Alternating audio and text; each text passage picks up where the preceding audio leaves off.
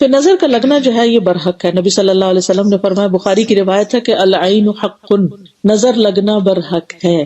یعنی بعض لوگ کہتے ہیں لو اب نظر ہی لگتی چلی جائے گی اور آنکھوں سے کیا ہوتا ہے. نہیں، اگر ہمارے دین نے ہمیں بتا دیا نا، نبی صلی اللہ علیہ وسلم نے بتا دیا، تو وہ وہی سے ان کو پتا چلا ہے. انہوں نے کسی یونیورسٹی سے کوئی ریسرچ کر کے نہیں بات معلوم کی کہ جس کو کوئی جھٹلا دے، کیونکہ دنیا میں تو جو معلومات ہوتی ہیں وہ ایک آتا ہے تو دوسرے کو ریفیوٹ کرتا ہے اور وہ دوسرا پہلے کو کرتا ہے.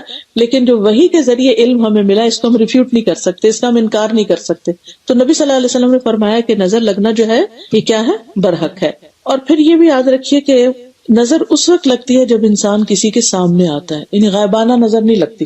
مثلا اگر آپ یہاں بیٹھ کے پاکستان میں کسی کے بارے میں کوئی خبر سنیں کہ اس کو کچھ بہت بڑی کوئی چیز مل گئی ہے، تو آپ یہاں سے سوچیں کہ کیوں ایسا ہوا ہے، تو حسد تو ہو سکتا ہے مگر نظر وہاں نہیں پہنچے گی. آپ کی نظر کسی کو اسی وقت لگتی ہے جب کوئی کسی کے سامنے آتا ہے.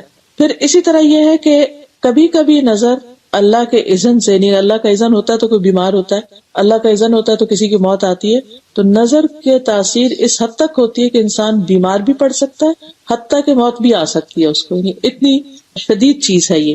کبھی انسان کو یہ کمزور کر دیتی ہے، کبھی انسان جو ہے وہ اچانک کسی حادثے کا شکار ہو جاتا ہے. یعنی اس کے کئی ایک نقصانات بتائے گئے ہیں. صحیح حدیث میں آتا ہے رسول اللہ صلی اللہ علیہ وسلم نے فرمایا، اللہ کی قضاء اور قدر کے بعد نظر بد ہی میری امت کے اکثر لوگوں کی موت کا سبب بنتی ہے.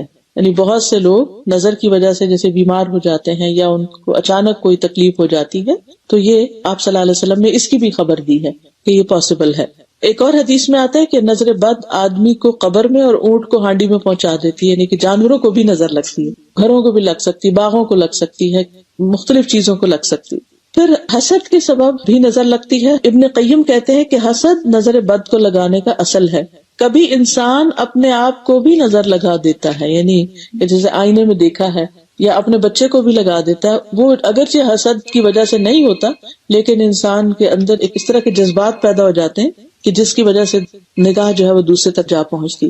کبھی بغیر ارادے کے بھی، اور کچھ لوگوں کی طبعی فطرت کی وجہ سے بھی نظر لگ جاتی ہے. یہ ویری کرتا ہے، کچھ لوگوں کی نظر زیادہ لگتی ہے اور کچھ لوگوں کی کم لگتی ہے. یعنی یہ بھی فیکٹرز میں شامل ہے. لیکن تاثیر میں دونوں جو ہیں وہ ایک جیسی ہی ہے. یعنی حسد کی وجہ سے لگے یا ویسے لگے، اثر دونوں کا ہی ہو جاتا ہے. پھر اسی طرح دونوں کے جو نکلنے کا مقام ہے وہ دل ہی ہے، یعنی دل کے خیالات، اور دل سے نگاہ کے ذریعے وہ خیالات یا وہ چیز جو ہے وہ ٹرانسفر ہوتی ہے. اور یہ اس کو کہا جاتا ہے نگاہ کی چنگاریاں. جیسے آگ کے اندر سے چنگاری نکلتی ہے، آگ جیسے لکڑی کی ہے ویسے، تو یہ نگاہ کی چنگاریاں ہوتی ہیں. کبھی ایک واقعے کے رونما ہونے سے پہلے بھی لگ جاتی ہے.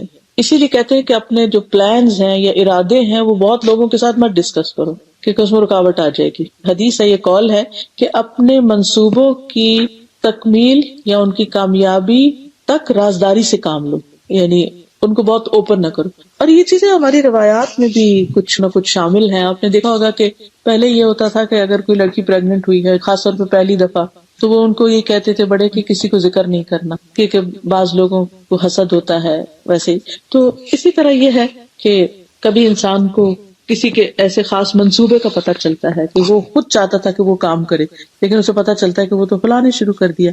جیسے پروفیشنل جیلسیز وغیرہ میں بھی بعض اوقات ہوتا ہے، تو ایسی صورت میں بھی نظر لگ جاتی ہے. پھر اسی طرح یہ ہے کہ نظر بد کی دو اور قسمیں بھی ہیں، اور وہ ہے انسان کی نظر اور دوسری ہے جن کی نظر. یعنی انسانوں کی نظر کے علاوہ جنات کی نظر بھی ہوتی. اور اسی لیے جب ہم واش روم میں جاتے ہیں اور خاص طور پہ کپڑے وغیرہ بدلتے ہیں تو اس میں دعا سکھائی گئی ہے، کیونکہ جنوں کی نظر بھی برحق ہے، وہ بھی ہماری طرح کی ایک مخلوق ہے. ام سلمہ کہتی ہیں کہ نبی صلی اللہ علیہ وسلم نے ان کے گھر میں ایک لڑکی دیکھی جس کے چہرے پر نظر بد کی وجہ سے کالے کالے دھبے پڑ گئے تھے، جیسے وہ چھائیاں نہیں ہمارے کہتے چھائیاں پڑ گئی. تو نبی صلی اللہ علیہ وسلم نے فرمایا کہ اس پر دم کرو کیونکہ اس کو نظر بد لگی ہے. ہوتا یہ ہے کہ وہ جو ریز ہوتی ہیں وہ ہمارے اثر انداز ہوتی ہیں، تو ہماری باڈی کے اندر کیمیکل ریئیکشن وغیرہ ہوتے رہتے ہیں، تو بعض اوقات اس طرح کی چیزیں واقع ہو جاتی ہیں کہ جس کا اثر پھر فزیکل النس کی شکل میں بھی سامنے آ جاتا ہے. اور جنوں کی نظر جو ہے وہ انسانوں کی نظر سے بھی زیادہ سخت ہوتی ہے. ابو سعید کہتے ہیں کہ رسول اللہ صلی اللہ علیہ وسلم جنوں اور انسانوں کی نظر بد سے پناہ مانگتے تھے، یہاں تک کہ معوذتین قل اعوذ برب الفلق اور قل اعوذ برب الناس نازل ہوئیں۔ جب یہ دو صورتیں نازل ہوئیں تو آپ نے انہیں پڑھنا شروع کر دیا اور ان کے علاوہ باقی چیزیں چھوڑ دی۔ تو اس سے یہ پتہ چلتا ہے کہ اگر بہت سی دعائیں نہ بھی یاد ہو تو کم از کم یہ معوذتین جو ہیں فلق ناس، یہ صبح اور شام 3 دفعہ اگر انسان پڑھ لے تو سارے دن کے لیے اور ساری رات کے لیے پروٹیکٹ ہو جاتا ہے۔ اور اس کے پڑھنے کا ٹائم جو ہے وہ سورج نکلنے سے پہلے کا ہے، فجر سے لے کر، اور غروب ہونے سے پہلے کا ہے، کیونکہ رات کا آغاز ہو جاتا ہے تو آغاز سے پہلے پڑھ لیا جائے۔ دن کا آغاز سورج نکلنے سے، تو سورج نکلنے سے پہلے ہی اس کو پڑھ لیا جائے تاکہ کسی بھی چیز کا کوئی اٹیک نہ ہو۔ نہیں، اس کا جو حفاظت کے لیے پڑھنا ہے وہ مغرب سے پہلے پڑھنا ہوگا، لیکن سوتے وقت اپنے آپ کو جب دم کریں گے آپ تو اپنے ہتھیلیوں پہ پڑھ کے چہرے اور پھر سر اور پھر جہاں جہاں تک ہاتھ جاتا ہے وہ الگ عمل ہے، وہ بھی پروٹیکشن ہی کے لیے ہے۔ پھر اسی طرح یہ ہے کہ بعض اوقات تعجب والی نظر جو حیران کو نظر آتی ہے، جسے ہم کہتے ہیں نا اچھا واو، ماشاء اللہ نہیں کہتے، تبارک اللہ نہیں کہتے، تو یہ تعجب والی نظر بھی لگتی، یعنی کہ کوئی کسی کی چیز کو دیکھ کے بہت حیران یا خوش ہوتا ہے تو اس سے بھی بعض اوقات نقصان ہو جاتا ہے۔ وہ ایسا نہیں کہ اس کی کوئی نیت بد ہوتی ہے یا اس کے اندر کوئی حسد یا جیلسی ہوتی ہے، اوور ایکسائٹمنٹ جو ہے وہ بھی نقصان کا باعث بن جاتی، کیونکہ ہر چیز میں ہمارا دین جو ہے نا وہ اعتدال سکھاتا ہے، درمیانی راہ، نہ نفرت کی انتہا اور نہ خوشی کی انتہا، بلکہ ہر چیز اعتدال میں۔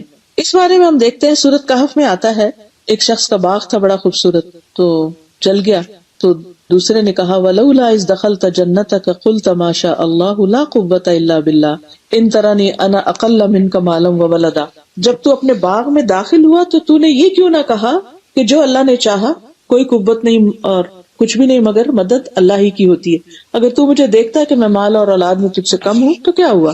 اس میں آپ دیکھیے کہ ایک خاص چیز بتائی جا رہی ہے کہ جب انسان کسی بھی چیز کو دیکھ کر خوش ہو تو کہے ماشاء اللہ لا قوت الا باللہ، یعنی سب اللہ ہی کا دیا ہوا ہے۔ ابن حجر کہتے ہیں نظر کبھی خوشی اور تعجب کی صورت میں بھی لگ جاتی ہے، اگرچہ وہ حسد کے بغیر ہی کیوں نہ، اگرچہ وہ کسی محبت کرنے والے کی طرف سے ہو، اگرچہ وہ کسی نیک آدمی کی طرف سے ہی ہو۔ اگر کسی آدمی کو کوئی چیز اچھی لگے تو اس کو فوراً اس چیز کے لیے برکت کی دعا کرنی چاہیے، بارک اللہ فیکم، جو اس کو اچھی لگتی ہے تو یہ اسی کی طرف سے دم ہو جائے گا، یعنی ادھر سے نظر کا تیر آ رہا ہے اور ادھر سے دعا آ رہی ہے تو وہ ایک چیز جو ہے وہ دوسرے کو ہٹا دے گی۔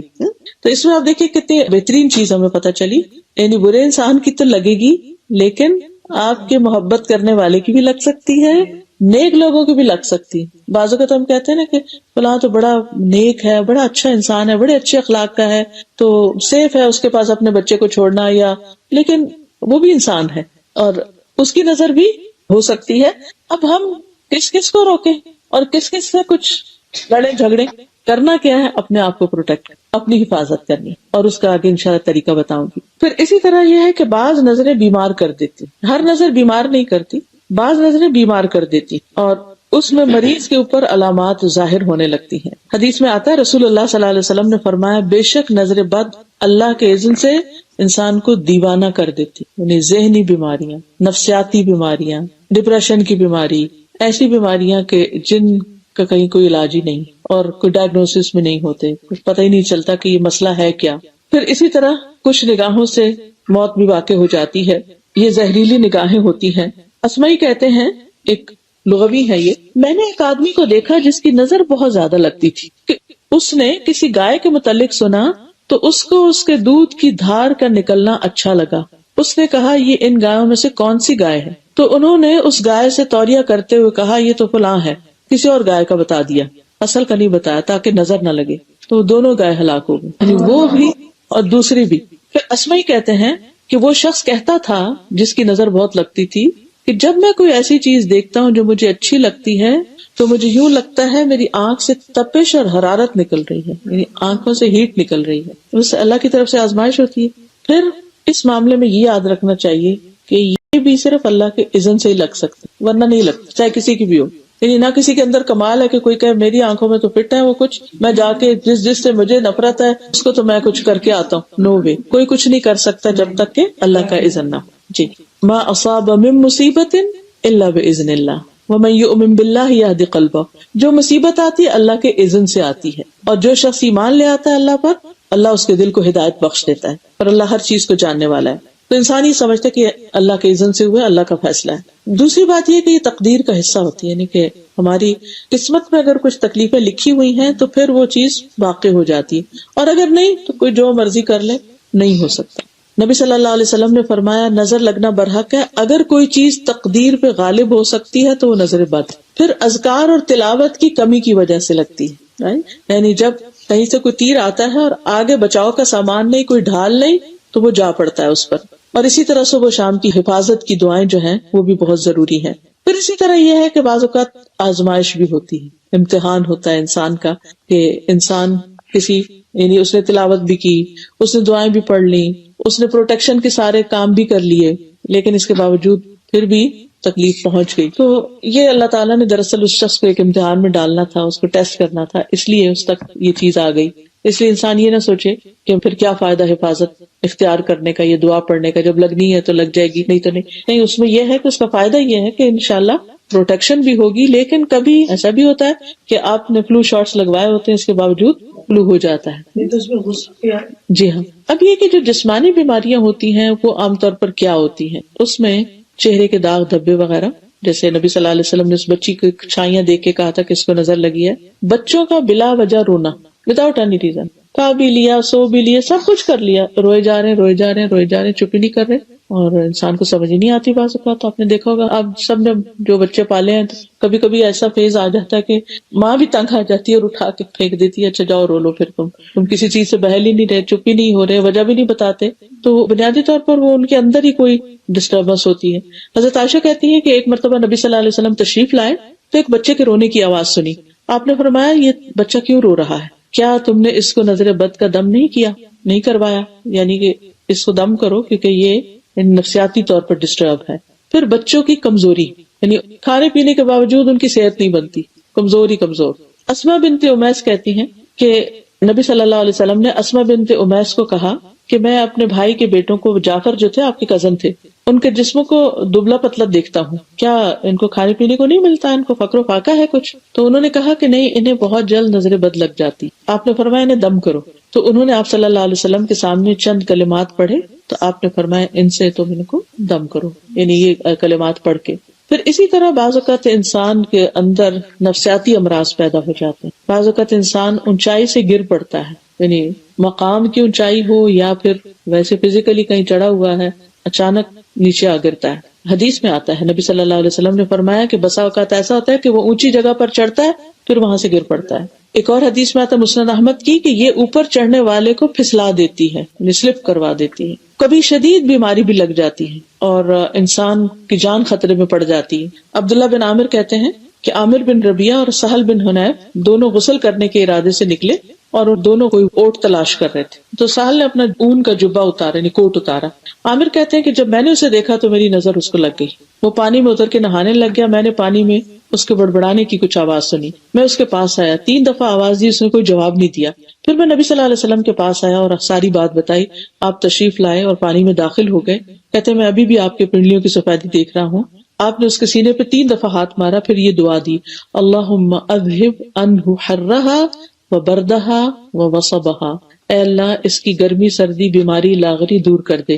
پھر کھڑے ہوئے اور فرمایا جب کسی کو اپنے بھائی کا کوئی وجود یا مال پسند آئے تو اس کے لیے برکت کی دعا کرے، اس سے انہیں نظر نہیں لگے گی، کیونکہ نظر کا لگ جانا برحق ہے۔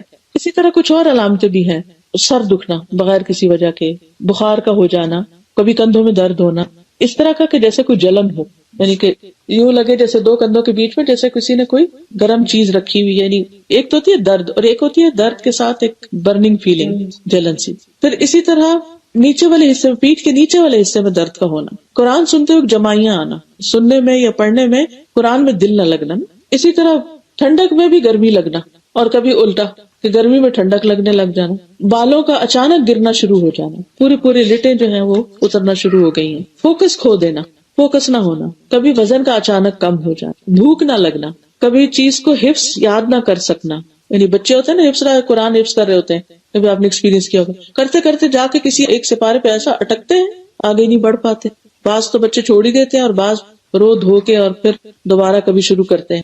پھر اسی طرح اسکن ڈیزیزز، پھر نیند کا کم آنا، تنہائی پسند ہو جانا، کس سے ملنے کو دل نہیں، رونے کی خواہش، بلا وجہ رونا بغیر کسی ریزن، کبھی صرف جسمانی اور کبھی روحانی جسمانی دونوں چیزیں اکٹھی ہو جاتی ہیں. اور اس میں خاص طور پر لوگوں میں جا کے نہ بیٹھنا، مردم بیزار ہونا، کسی سے میل ملاپ پسند نہ کرنا. پھر اس طرح ہسبینڈ وائف کے بیچ میں آپس کا تعلق ختم ہو جانا، یعنی فزیکل ریلیشن نہ ہونا، یا ویسے ہی آپس میں ایک دوسرے سے اچاٹ ہونے لگنا. مال میں برکت کا نہ ہونا، جس کام میں نظر لگی اس کام سے دل اچاٹ ہو جانا. یعنی بعض اوقات ہوتا ہے ایک انسان ایک چیز بڑی اچھی کر رہا ہوتا ہے، وہ اس کی ایکسپرٹیز ہوتی ہے، کسی کو بیکنگ کا شوق ہے، کسی کو کسی چیز کا، اچانک ہی شوق کا ختم ہو جانا اور بیزار ہو جانا اس کام سے. اچھا، لوگوں پہ شک کرنے لگنا کہ یہ مجھے گھورتا ہے، یہ مجھے دیکھتا ہے، اس کی نظریں ایسی ہیں، یعنی لوگوں کے بارے میں منفی خیالات کا پیدا ہو جانا. پھر اسی طرح اس بات کا احساس ہونا کہ میں لوگوں کی وجہ سے کامیاب نہیں ہو پا رہا، یعنی لوگ مجھے آگے نہیں بڑھنے دے رہے، یعنی اس قسم کے منفی خیالات دل میں جم جانا. اب یہ ہے کہ بچا کیسے جائے؟ کیا اس شخص کا پتہ لگایا جائے کہ کون ہے ایسا جو مجھے نظر لگاتا ہے؟ بعض لوگ ایک دم آئیڈینٹیفائی ہو جاتے ہیں، سب ٹھیک تھا، اچانک بچے کو کچھ ہو گیا، اچانک کوئی چیز ایسی نقصان ہو گیا، تو اس وقت جو بھی کوئی ہو وہ اپنے آپ کو خود بھی آفر کر سکتا ہے کہ بھئی میں خوش ہو گئی تھی دیکھ کے، یا مجھے اچھی لگی تھی یہ چیز، تو ہو سکتا ہے میری نظر ہو. تو پھر وہ وضو کا پانی اس کا لے کے تو جس انسان پر لگی ہو نظر اس کے اوپر چھڑکا جا سکتا ہے. تو اس میں بچاؤ کے طریقوں میں سب سے پہلے تو یہ کہ انسان اللہ پہ بھروسہ کرے. کوئی چیز مجھے نہیں نقصان دے سکتی جب تک اللہ نہ چاہے، لہٰذا اللہ پہ توکل جو ہے نا اس کا سب سے بڑا علاج ہے. یعنی سن کے ساری باتیں تو انسان ہر وقت وہم نہ کرے، ہر چیز کے اوپر نظر کا ٹھپا نہ لگا دے، یہ بھی نظر ہے یہ بھی نظر ہے، نہیں ہے ضرور، لیکن ہر چیز نظر کی وجہ سے نہیں ہوتی. تو انسان اللہ پر بھروسہ کرے، اس پر توکل کرے، اور یہ پڑھے جب اسے ڈر یا کوئی خوف یا پریشانی لاحق ہو تو کہے حسبی اللہ لا الہ الا ہوا علیہ توکلت وہو رب العرش العظیم. میں نے اپنا معاملہ سارا اس کے سپرد کر دیا، کچھ نہیں ہوتا مجھے. پھر اللہ کی پناہ لینا. حضرت عائشہ سے روایت رسول اللہ صلی اللہ علیہ وسلم نے فرمایا اللہ تعالیٰ سے نظر لگنے سے پناہ مانگو، یعنی اللہ سے یہ دعا کرنا کہ اللہ سبحانہ و تعالیٰ مجھے نظر سے بچانا، لوگوں کی نظروں سے محفوظ کرنا، کیونکہ نظر کا لگنا برحق ہے. رسول اللہ صلی اللہ علیہ وسلم نے فرمایا اللہ تعالیٰ فرماتا ہے میرا بندہ اگر مجھ سے مانگتا ہے تو میں اسے دیتا ہوں، اور اگر وہ کسی دشمن یا شیطان سے میری پناہ مانگتا ہے تو میں اسے محفوظ بھی رکھتا ہوں. تو اس لیے اگر آپ کو یہ شک ہو کہ فلاں میرا دشمن ہے اور فلاں میرے سے حسد کرتا ہے اور وہ مجھے نظر لگاتا اور مجھے آگے نہیں بڑھنے دیتا، تو اس کے شر سے بچنے کی دعا اللہ سے کر لیں کہ اللہ مجھے اس کے شر سے بچا. پھر اسی طرح نعمت کو چھپا کے رکھنا، یعنی بہت زیادہ اس کو لوگوں کو نہیں بتانے کی ضرورت. ابو ہریرہ کہتے ہیں نبی صلی اللہ علیہ وسلم فرمایا کہ تم اپنی ضرورتوں کو پورا کرنے کے لیے ان کو رازداری میں رکھ کر مدد حاصل کرو، بے شک ہر صاحب نعمت حسد کیا جاتا ہے، یعنی جس کے پاس بھی نعمت ہوگی اس سے لوگ حسد کریں گے. پھر نعمتوں کے چھپانے کا مطلب یہ بھی ہے کہ انسان بہت زیادہ ذکر نہ کرے. آج کل آپ دیکھیں کتنا زیادہ ٹرینڈ ہو گیا، ادھر شادی ہوتی نہیں، ادھر تصویریں جو فیس بک پہ آ جاتی ہیں، واٹس ایپ پہ سب کے ساتھ شیئر ہو رہی ہوتی ہیں. اب تو لوگوں میں ہر طرح کے لوگ ہوتے ہیں، کچھ ایسے ہوتے ہیں جن کے اپنے بچوں کی شادیاں ناکام ہوتی ہیں، جو وہ کسی اور کو دیکھتے ہیں، یا کسی کے پاس اتنا پہننے کو نہیں ہوتا ہے، ایسے ڈریسز نہیں خرید سکتے، تو وہ چیزیں دیکھ دیکھ کر پھر دوسروں کو اپنے اندر وہ جو ایک تکلیف سی اٹھتی ہے نا، ہوک اٹھتی ہے کہ میرے پاس کیوں نہیں، تو یہ چیزیں بھی دوسروں کو پھر نقصان دینے کا سبب ہو جاتی. تو یاد رکھیے کہ تصویر پر بھی نظر لگتی ہے، ایک تو ایک فزیکلی انسان سامنے، اور ایک یہ اسی لیے کئی لوگ جادو میں تصویر استعمال کرتے ہیں، یعنی وہ جس پہ جادو کروانا ہوتا ہے نا تو نجومیوں کے پاس تصویر لے جاتے ہیں اور پھر اس پہ خاص ٹارگٹ کیا جاتا ہے. دور سے اس طرح نہیں لگتی کہ دیکھا نہیں اگر کسی کو، لیکن اگر تصویر دیکھ رہے ہیں تو اس پر بھی لگ سکتی. اور یہ تو یعنی جادوگر جو ہوتے ہیں وہ باقاعدہ تصویر یا کپڑا منگاتے ہیں، یعنی کہ جو جسم سے اترا ہوا کپڑا ہوتا ہے نا، یا بال منگاتے ہیں یا ناخن یا اس طرح کی چیز جو کسی کے بھی یعنی اس کے ساتھ کنیکٹ کر رہی ہو. پھر اسی طرح جب ہمیں پتہ چل جائے کہ کچھ لوگ ہم سے حسد کرتے تو پھر ان سے انسان بچ کے رہے. رشتہ داروں کے ساتھ انسان نہیں بچ سکتا، لیکن میل ملاپ انٹریکشن کم کرے، یعنی یہ نہیں کہ کاٹ کے رکھ دے، کم کرے. اور جو دوسرا سوشل سرکل ہے اس میں انسان جب دیکھے کہ کوئی شخص جب بھی آپ سے ملتا ہے آپ کو تانے یا کوئی ایسی باتیں سناتا ہے اور جس سے آپ بوجھل دل لے کے گھر واپس آتے ہیں، تو ٹھیک ہے آپ کنارہ کشی کر لیں، اچھے لوگوں سے ملیں، کہ جن کو مل کے دیکھیے انسان دوست کیوں بناتا ہے تاکہ اکٹھے بیٹھ کے اپنے غم شیئر کریں، ایک دوسرے کی مدد کریں، ایک دوسرے کے لیے سپورٹ ہو. تو اگر آپ دیکھیں کہ وہ الٹا آپ کو پریشانی لاحق ہوتی ہے تو ایسے لوگوں کو پھر اوائڈ کریں، ایسے لوگوں سے مشورہ بھی نہ لیں، کیونکہ جب انسان کسی سے مشورہ لیتا ہے نا تو اپنے سارے راز پہلے بتاتا ہے، پھر اس کے بعد اس سے تو وہ بھی تکلیف کی چیز ہو جاتی. پھر اسی طرح یہ کہ انسان اپنی کوئی چیز دیکھے یا کسی کی ذات مال تو پسند آئے تو پھر برکت کی دعا دے، ماشاء اللہ لا قوت الا باللہ کہے. پھر اسی طرح یہ ہے کہ مال کے علاوہ جو چیزیں اچھی لگیں ان پر بارک اللہ علیہ کہہ دے. پھر اسی طرح یہ بھی ہے کہ انسان جب کسی کی چیز دیکھتا ہے اور اس کے دل میں رشک آتا ہے میرے پاس نہیں، تو انسان آخرت کی بات سوچے کہ اگر دنیا میں نہیں تو آگے ہے نا، اچھے کام کرے اللہ تعالیٰ کل دے دے گا. پھر اسی طرح اگر کسی کو بیمار دیکھے انسان تو یہ دعا پڑھ لے، الحمدللہ الذی عافانی مما ابتلاک بہ وفضلنی علی کثیر ممن خلق تفضیلا. تمام تعریفیں اس ذات کے لیے ہیں جس نے مجھے اس مصیبت سے نجات دی، یعنی بچا کے رکھا، مجھے بیماری لاحق نہیں ہوئی، جس کے ساتھ اللہ نے تجھے مبتلا کیا اور مجھے اپنی اکثر مخلوق پر فضیلت دی، بہت زیادہ فضیلت. یعنی انسان یہ بھی دیکھے تو میرے پاس بھی تو بہت کچھ ہے، بجائے اس کے کہ انسان دوسروں کا ہی دیکھتا رہے کہ اس کے پاس یہ اور اس کے پاس، جو اپنے پاس ہے اس پر بھی شکر ادا کرے. پھر اسی طرح شرکیہ کاموں سے بچنا چاہیے. بعض لوگ نظر سے بچنے کے لیے کئی تل لگا لیتے ہیں، کبھی وہ کوئی کالا کڑا پہن لیتے ہیں یا کوئی دھاگا پہن لیتے ہیں، یہ شرک میں آ جاتا ہے کیونکہ یہ چیزیں پروٹیکٹ نہیں کرتی. پروٹیکشن صرف اللہ کی طرف سے ہوتی ہے اور وہ دعا کے ذریعے ہوتی ہے. رسول اللہ صلی اللہ علیہ وسلم نے ایک مرتبہ کسی کو کہلا بھیجا کہ کسی اونٹ کے گلے میں کوئی تانت یا کوئی قلادہ باقی نہ چھوڑو مگر اس کو کاٹ ڈالو.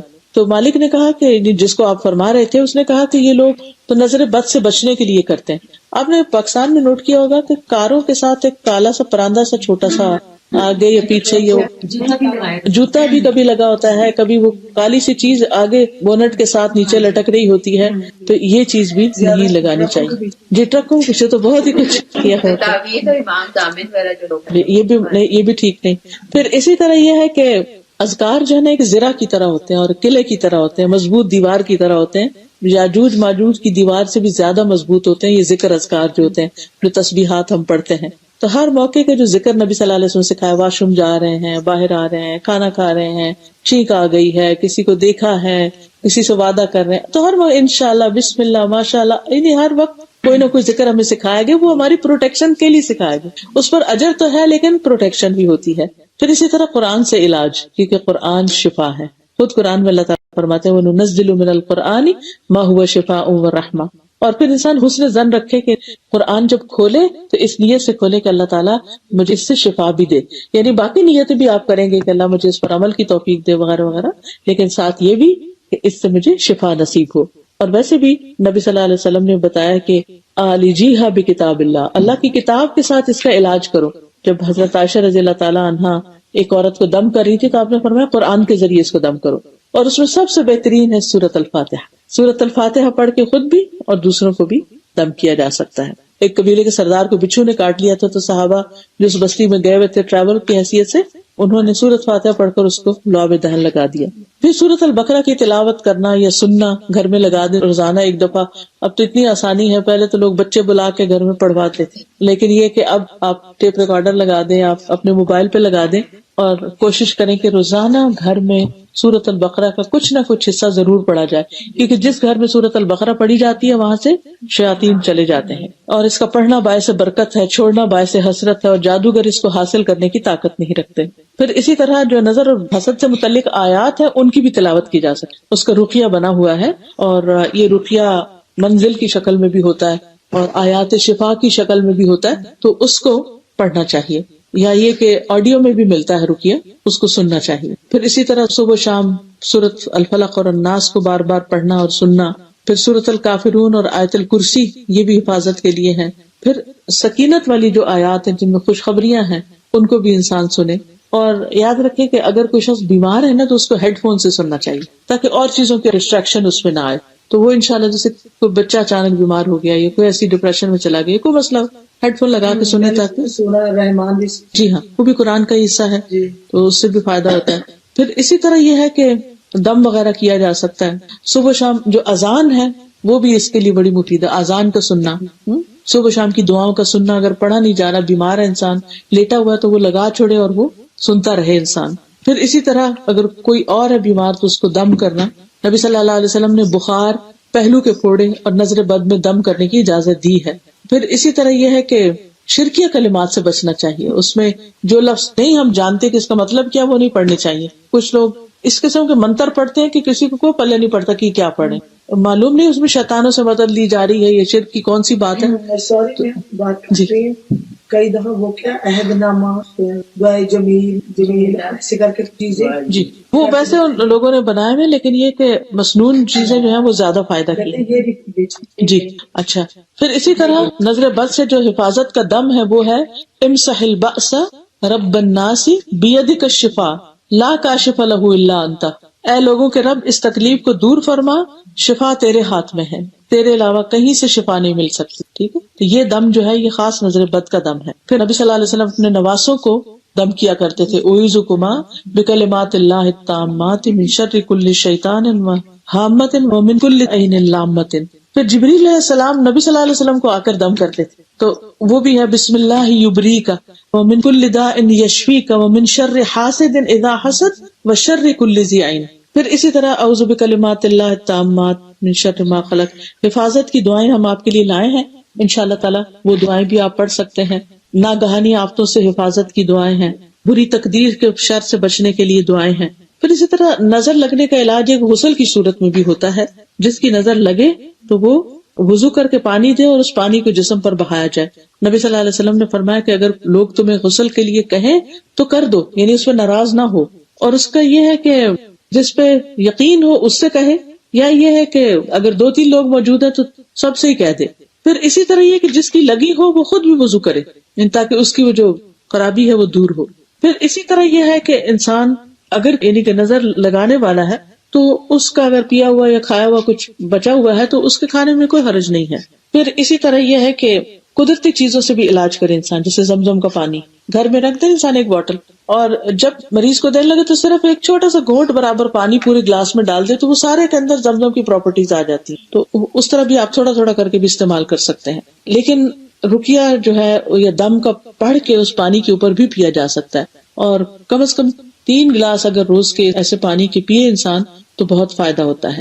حدیث میں آتا ہے انہا مبارکتن انہا طعام طعم، کہ یہ زیادہ بابرکت ہے اور کھانے والے کا کھانا بھی ہے. اور پھر زمزم جس مقصد کے لیے پیا جائے وہ مقصد پورا ہو جاتا ہے. پھر اس زمزم کے پانی سے نہانا بھی چاہیے اگر میسر ہو، نہیں تو پانی میں ملا کے اس پانی سے انسان نہائے. اور زیتون کے تیل کو استعمال کرے اپنے مساج وغیرہ میں. زیتون کا تیل پینا بھی چاہیے کیونکہ اس سے بھی انسان کے اندر ایک سکون کی کیفیت پیدا ہوتی ہے. اور آپ نے فرمایا زیتون کا تیل کھایا کرو اور اسے لگایا بھی کرو کیونکہ وہ بابرکت درخت سے ہے. پھر اسی طرح یہ ہے کہ کلونجی کا تیل جو ہے وہ بھی بہت فائدہ مند ہے، کہیں تکلیف ہو تو وہاں پر انسان اس کو لگا سکتا ہے. پھر اس طرح شہد کھانا، کلونجی کے دانے صبح کے وقت لینا 5 سے 7 دانے کیونکہ اس میں شفا ہے. پھر کھجور، پھر سنا مکی، یہ پودا ہی ہوتا ہے، اچھا سنا مکی کے نام سے ملتا ہے، مکھی نہیں مکی، مکہ سے جی. کیونکہ حدیث میں آتا ہے کہ سنا مکی اور سنوت کو لازم پکڑو کیونکہ اس میں ہر بیماری کا علاج ہے سوائے موت کے. سنوت سین نون واو تے، یا سنوت ہے یا سنوت ہے، سنوت، یہ میں نے دیکھا نہیں کبھی. پھر شہد، زیتون کا تیل اور کلونجی کو ملا کے استعمال کرنے، تینوں چیزیں اکٹھی کر لی جائیں. یہ ہر طرح کے روحانی زہروں سے جسمانی زہر کو نکالنے والے ہیں، ٹاکسنز کو نکالتے ہیں. پھر ہجامہ، کپنگ، آپ میں سے کچھ لوگوں نے کبھی کرایا ہجامہ کپنگ؟ جی تو وہ کپنگ جو ہے وہ بہت فائدہ مند ہے زہریلے مادے جسم سے نکالنے کے لیے. پھر اسی طرح یہ ہے کہ علاج کی نیت سے